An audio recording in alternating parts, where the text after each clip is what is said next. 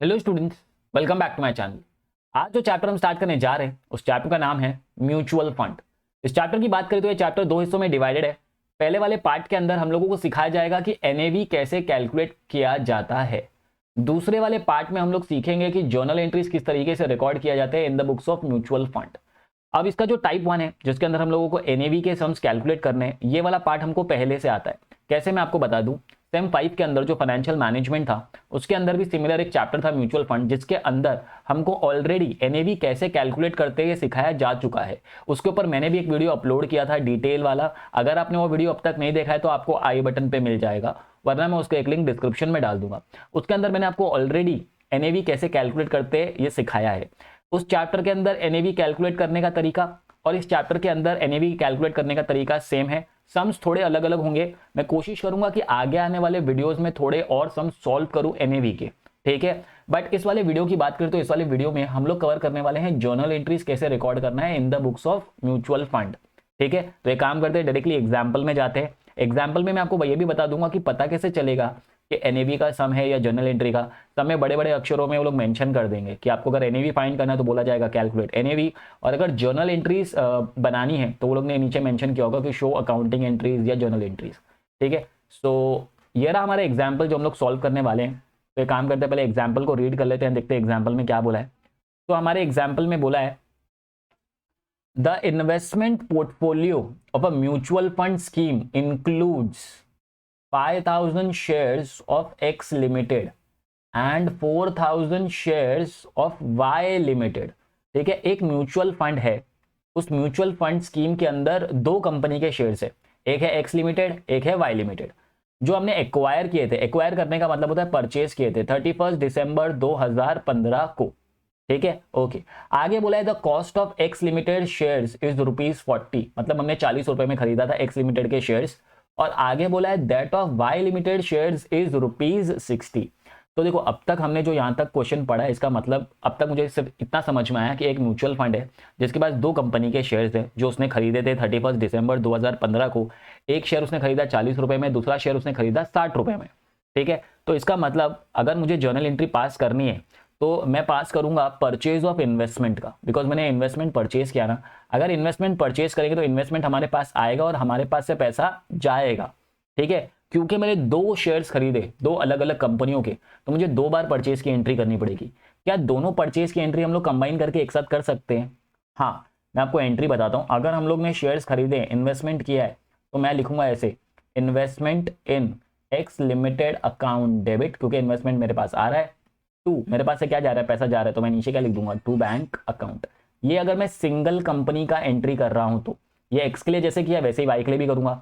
तो क्या दोनों एंट्री हम लोग एक साथ कर सकते हैं? हाँ, पहले मैं वाई का भी बता देता हूँ। अगर वाई का रहता तो मैं करता investment in Y limited account debit to, नीचे क्या लिख देता मैं, बैंक अकाउंट। दोनों ही एंट्री में एक चीज कॉमन है कि मेरे पास से पैसा जा रहा है। तो क्या मैं इन दोनों एंट्रीज को साथ में कर सकता हूँ? हाँ, इन्वेस्टमेंट को मैं डेबिट कर देता, फिर से मैं इन्वेस्टमेंट को क्या कर देता, डेबिट कर देता, एक बार एक्स लिमिटेड के लिए एक बार वाई लिमिटेड के लिए, और नीचे लिख देता टू बैंक अकाउंट। तो ये मेरा एंट्री बन जाता परचेज ऑफ इन्वेस्टमेंट के लिए, ठीक है। ओके, तो यहां तक मैं हटा देता हूं। अब जरा चेक करते हैं इसके आगे क्या बोला है। यहां से हमको दिया है the market value of these shares at the end of 2015-16, ठीक है। देखो, खरीदा था हमने 31 दिसंबर 2015 को, और 2015-16 मतलब है ना हमारा साल खत्म हो रहा है। अगर ये 31 दिसंबर 2015 है तो हमारा साल खत्म होगा 31 मार्च 2016 को। तो जब हमारा साल खत्म हो रहा है ना, तो मेरे जो शेयर्स की वैल्यू है, जैसे आप लोग जानते हो शेयर्स की वैल्यू बार बार चेंज होती रहती है, तो उस दिन 31 मार्च को एक्स लिमिटेड जो शेयर्स कंपनी है ना, उसका शेयर ट्रेड कर रहा है 38 रुपीज में, ठीक है।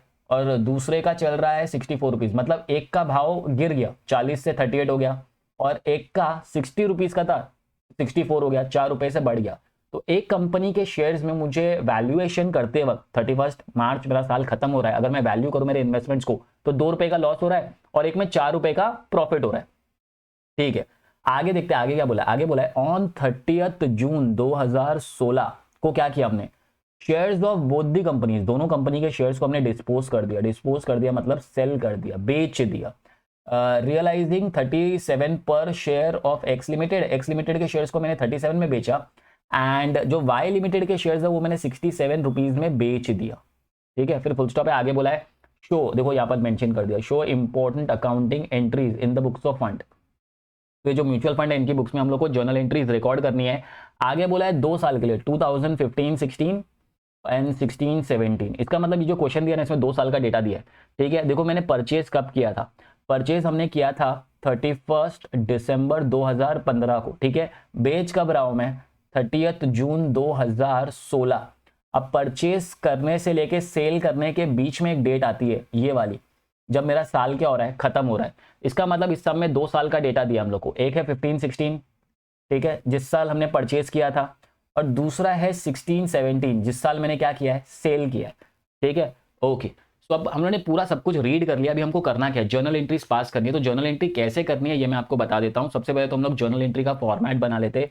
ये हमारी जर्नल एंट्री का फॉर्मेट है, ऊपर मैं हेडिंग डाल देता हूँ, journal entries in the books of firm, sorry in the books of fund, in the books of fund, ठीक है। यहाँ मैं डाल देता हूँ डेट, यहाँ पर आ जाएगा पर्टिकुलर्स, यहाँ पर मैं डाल देता हूँ LF, यहाँ पर डेबिट, यहाँ पर क्रेडिट। सबसे पहला ट्रांजैक्शन जो सब में दिया था उसमें हमने इन्वेस्टमेंट परचेज किया था, राइट। तो अगर मैंने इन्वेस्टमेंट परचेज किया है, जो मैंने किया था 31 दिसंबर 2015 को, राइट। तो ये रहा, देखो 31 दिसंबर 2015 को सबसे पहला ट्रांजैक्शन हुआ था जिसमें मैंने शेयर्स खरीदा था। शेयर्स खरीदने की जर्नल एंट्री क्या होती है, शेयर्स खरीदेंगे तो इन्वेस्टमेंट किया ना, लेकिन इन्वेस्टमेंट किस में किया पूरा लिखना पड़ेगा, इन्वेस्टमेंट इन एक्स लिमिटेड शेयर्स अकाउंट क्या हो जाएगा, डेबिट। और एक कंपनी के शेयर्स में इन्वेस्ट किया है तो उसको भी मैं लिख देता हूँ, investment in Y limited shares account debit to, नीचे क्या आ जाएगा, कैश बैंक अकाउंट। मैं सिर्फ बैंक अकाउंट लिख देता हूँ, या अज्यूम करते हैं क्योंकि हम लोग शेयर्स खरीदते हैं तो सारा पैसा बैंकों के थ्रू ही किया जाता है, तो मैं कैश बैंक में सिर्फ बैंक लिख देता हूँ, ठीक है। नरेशन में क्या लिखेंगे, being investment made, being investment made, ये है हमारा पहला जर्नल एंट्री। अमाउंट कैसे मिलेगा, number of shares into market price. दूसरा शेयर्स था 4000 इंटू 60, एक बार मैं चेक कर लेता हूँ। दूसरा है 5000 इंटू 40, 5000 शेयर्स थे, 40 रुपये में खरीदा था। 4000 शेयर्स थे, इसको हमने खरीदा था ये रहा 60 रुपीज़ में, ठीक है। तो क्या करेंगे, जाके मल्टीप्लिकेशन कर देते हैं, ठीक है। तो 5000 इंटू 40 करेंगे तो आ रहा है 2 लाख। तो मैं काम कर देता हूँ, यहाँ लिख देता हूँ 2 लाख, ठीक है। ओके, उसके बाद 4000 इंटू 60, 4000 इंटू 60 करेंगे तो आ रहा है 2,40,000।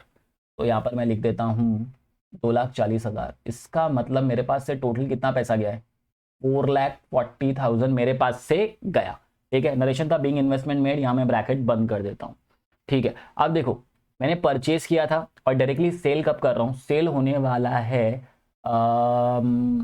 सेल किया था हमने ऑन 30 जून 2016। बट उससे पहले ना क्या, कौन सी डेट आती है, उससे पहले डेट आती है 31 मार्च की। 31 मार्च 2016 को है ना मुझे एंट्री करना पड़ेगा कि जो मेरा मार्केट वैल्यू है ना शेयर्स का, जो कम हुआ था और एक में बढ़ गया था, तो उसको रिकॉग्नाइज करना पड़ेगा।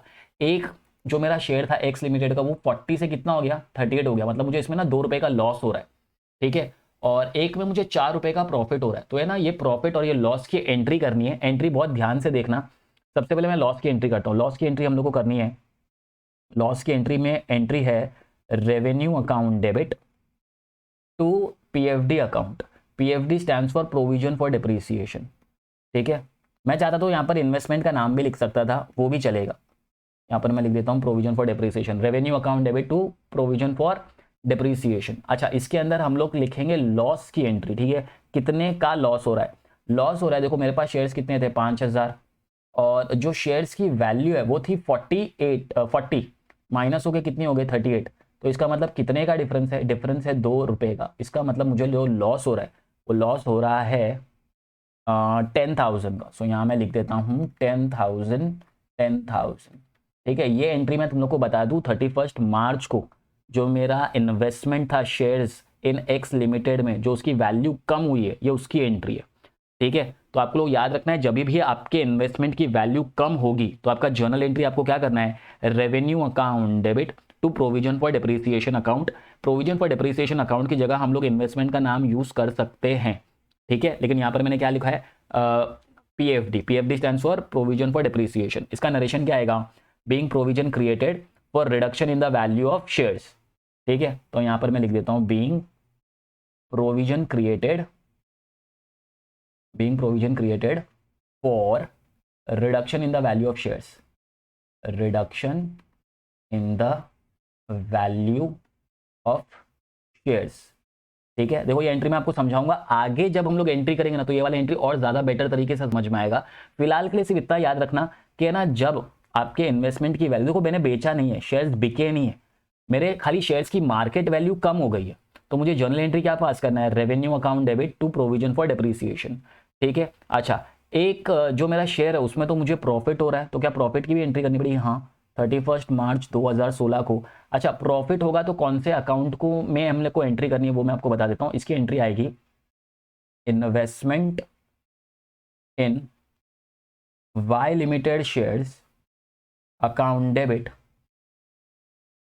To unrealised appreciation account, appreciation reserve account, ठीक है। कितने का प्रॉफिट हो रहा है, कितने शेयर्स थे, 4000 इंटू 60 रुपीज का था और 60 से 64 हो गया, तो डिफरेंस कितना है, 4, तो यहाँ पर आ जाएगा 16000, ठीक है। डिफरेंस कितने का है, 16000 का। याद रखना है ये जो एंट्री हम लोग कर रहे हैं ये किस चीज की एंट्री है, ये प्रॉफिट की एंट्री है। इसका नरेशन क्या आएगा पता है क्या, इसका नरेशन आएगा being appreciation in the market value, in the market value of Y limited shares transferred to Y limited shares transferred to unrealized appreciation reserve account, ठीक है। इसको हम लोग शॉर्ट में UAR अकाउंट बोल देंगे, अनरियलाइज्ड एप्रिसिएशन रिजर्व अकाउंट। अब देखो दो चीज है, मैं आपको फिर से एक बार समझाता हूं, थोड़ा सा डिफिकल्ट है लेकिन पहले आपको एंट्री याद करना है। ऐसा एंट्री क्यों करते हैं, जब थोड़ा और आगे जाओगे तो आपको अपने आप समझ में आएगा, लेकिन उससे पहले एक काम करते हैं, वापस से मैं आपको एंट्री बता देता हूं। ये जो एंट्री हम लोग कर रहे हैं ये प्रॉफिट की एंट्री है। अब देखो हम लोग जो सम कर रहे हैं ना, इसमें एक में लॉस हो रहा है, एक में प्रॉफिट हो रहा है, बट हो सकता है एग्जाम में जो सम है उसमें दोनों में लॉस हो, तो आपको दोनों बार यही एंट्री करनी पड़ेगी, ठीक है। हो सकता है दोनों में प्रॉफिट हो, प्रॉफिट में होगा तो आपको दोनों बार ये वाली एंट्री करनी पड़ेगी। तो वो डिपेंड करता है सम के अंदर कि हमारे शेयर्स की वैल्यू कम हो रही है या बढ़ रही है, क्योंकि हम लोग एक ऐसा एग्जांपल कर रहे हैं जिसमें मैं चाहता था आपको दोनों का आइडिया मिल जाए। तो एक में लॉस हो रहा था और एक में प्रॉफिट, तो दोनों की एंट्री आपको साइमल्टेनियसली मैं सिखा रहा हूँ, ठीक है। तो अगर लॉस होगा तो जनरल एंट्री क्या आएगी, revenue account debit to PFD.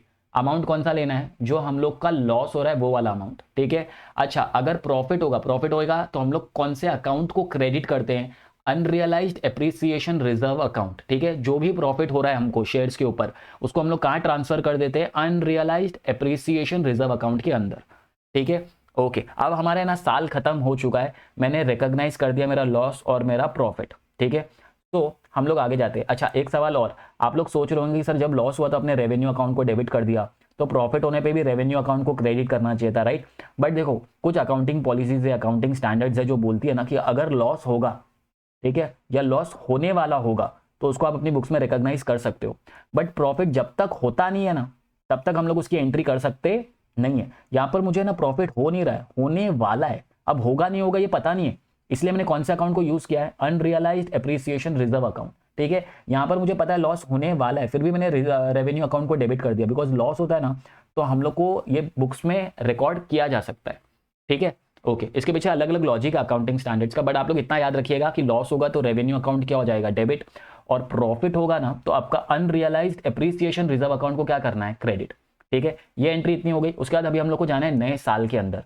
नए साल के अंदर सबसे पहला एंट्री जो आपको करना है वो है 1 अप्रैल 2016 का। क्या करना है पता है क्या, ये जो प्रॉफिट था ना, प्रॉफिट की एंट्री, इसको रिवर्स करना है हम लोगों को, ठीक है। इसको हम लोग क्या करते हैं, रिवर्स करते हैं। रिवर्स करेंगे ना तो एंट्री क्या होगी, अनरियलाइज्ड एप्रिसिएशन रिजर्व अकाउंट को हमने क्या कर दिया, डेबिट टू, इन्वेस्टमेंट पहले डेबिट हुआ था तो अभी क्या हो जाएगा, credit, investment in shares, sorry investment in Y limited shares account क्या हो गया, क्रेडिट, ठीक है। कितना अमाउंट, सेम 16,000 ठीक है, तो at the end of the year हमको क्या करना है, पहले प्रॉफिट रिकॉग्नाइज करना है, और जब नेक्स्ट ईयर में ओपनिंग में जाएंगे ना तो उस एंट्री को हम लोग रिवर्स कर देते। ठीक है, तो इसका नरेशन क्या आएगा, इसका नरेशन आएगा being last years unrealised appreciation reserve balance reversed. ठीक है, तो मैं यहां पर लिख देता हूं बीइंग अनरियलाइज्ड एप्रिसिएशन रिजर्व, ठीक है, बैलेंस रिवर्स्ड, रिवर्स कर दिया हम लोगों ने। ठीक है, ओके, तो इसका मतलब ये जो प्रॉफिट, अगर सपोज दोनों कंपनी का मैं प्रॉफिट होता तो क्या दोनों बार रिवर्स करना पड़ता, हाँ दोनों बार रिवर्स करते। ठीक है, अच्छा रिवर्स हो गया, अब मोस्टली हमारा सारा काम हो चुका है, थोड़ा डिफिकल्ट पार्ट है, लेकिन अब जो मेन चीज़ है ना, अभी आपको समझ में आएगा कि ये सब कुछ हमने क्यों किया।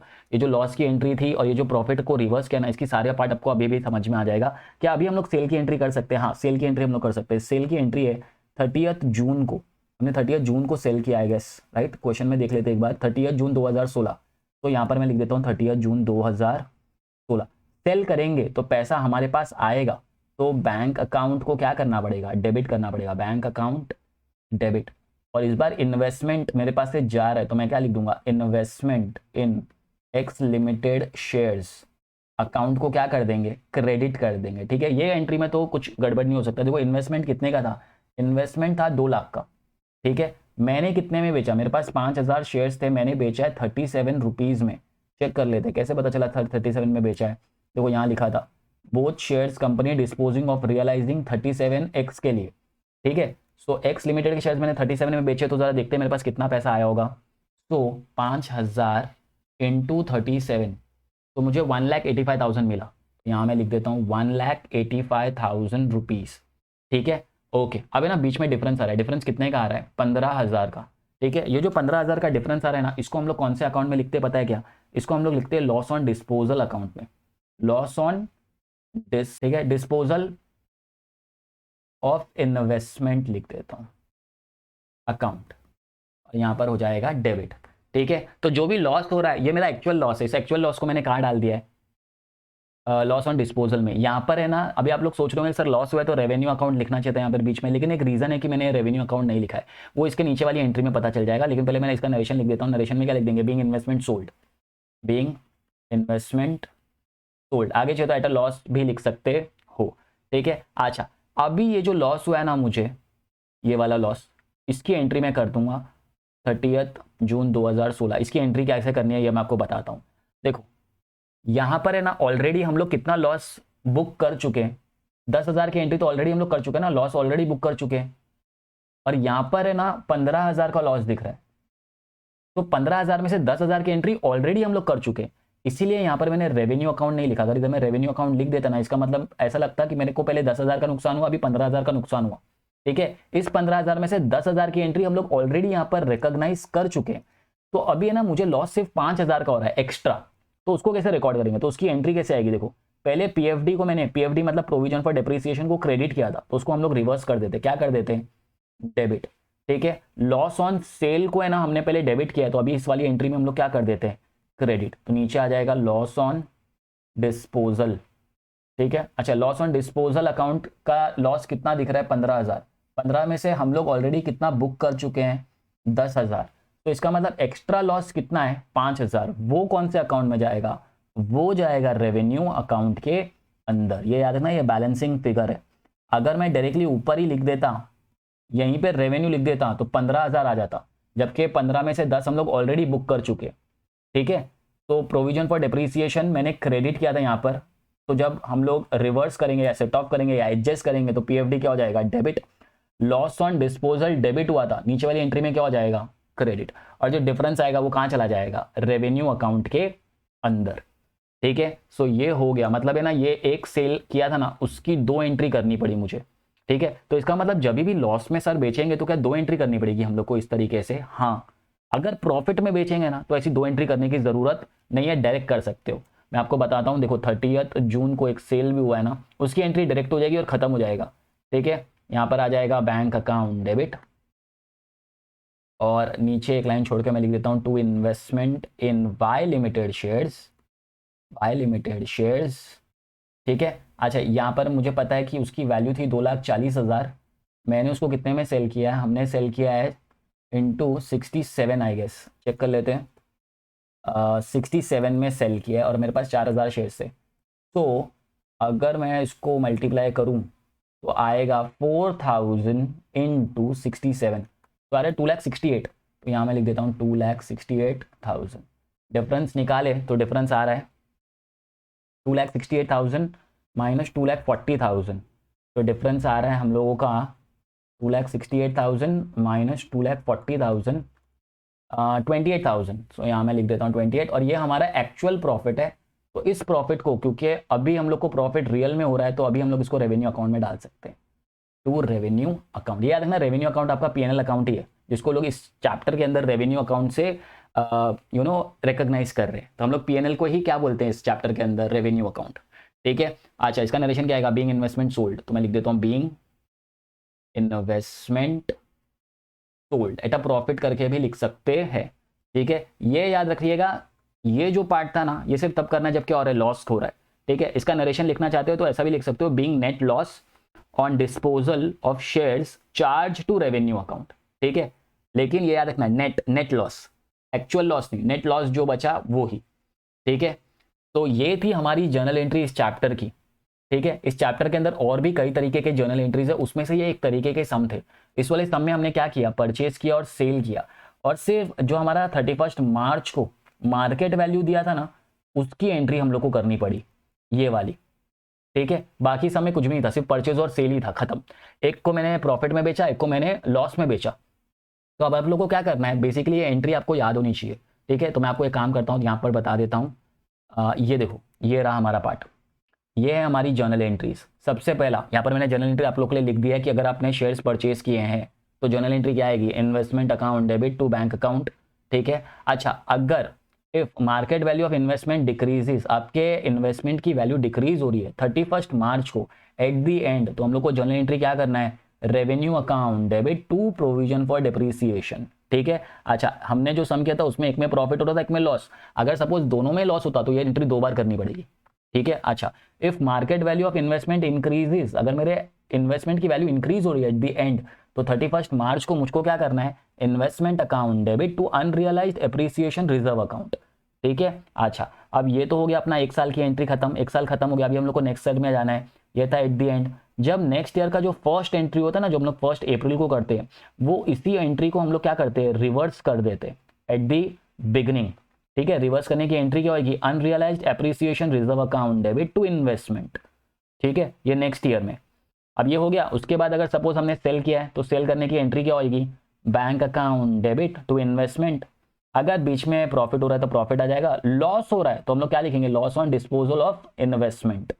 ठीक है, अच्छा अब हमको नेट लॉस की एंट्री करनी है। नेट लॉस की एंट्री कैसे होगी, पीएफडी अकाउंट डेबिट हो जाएगा, पहले पीएफडी क्या हुआ था, यहाँ पर क्या हुआ था, क्रेडिट, तो ये वाली एंट्री में क्या हो जाएगा, डेबिट। ठीक है, अच्छा loss on disposal of investment, ये कहां से आया, ये ऊपर वाली एंट्री से आया, यहाँ डेबिट हुआ था तो यहाँ पर क्या हो गया, क्रेडिट। ठीक है, और जो डिफरेंस बचा वो कहां जाता है, रेवेन्यू के अंदर। ठीक है, और फिर लास्ट वाली एंट्री होती है हमारी सेल की, सेल किया था हमने, सेल करेंगे तो एंट्री क्या होती है, bank account debit to investment. और अगर बीच में प्रॉफिट हो रहा है तो प्रॉफिट हम लोग डायरेक्टली कहाँ लिख देते हैं, रेवेन्यू अकाउंट के अंदर। ये याद रखना, ये जो अपना अनरियलाइज्ड एप्रिसिएशन रिजर्व अकाउंट है, ये 2 बार आता है, 31 मार्च को क्लोज करते वक्त और 1 अप्रैल को ओपनिंग करते वक्त। 31 मार्च की एंट्री याद रखो, उसी का रिवर्स हमको 1 अप्रैल को करना है। ठीक है, अच्छा ये एंट्री समझना थोड़ा डिफिकल्ट है, ऑनलाइन समझाना तो और भी ज़्यादा डिफिकल्ट है।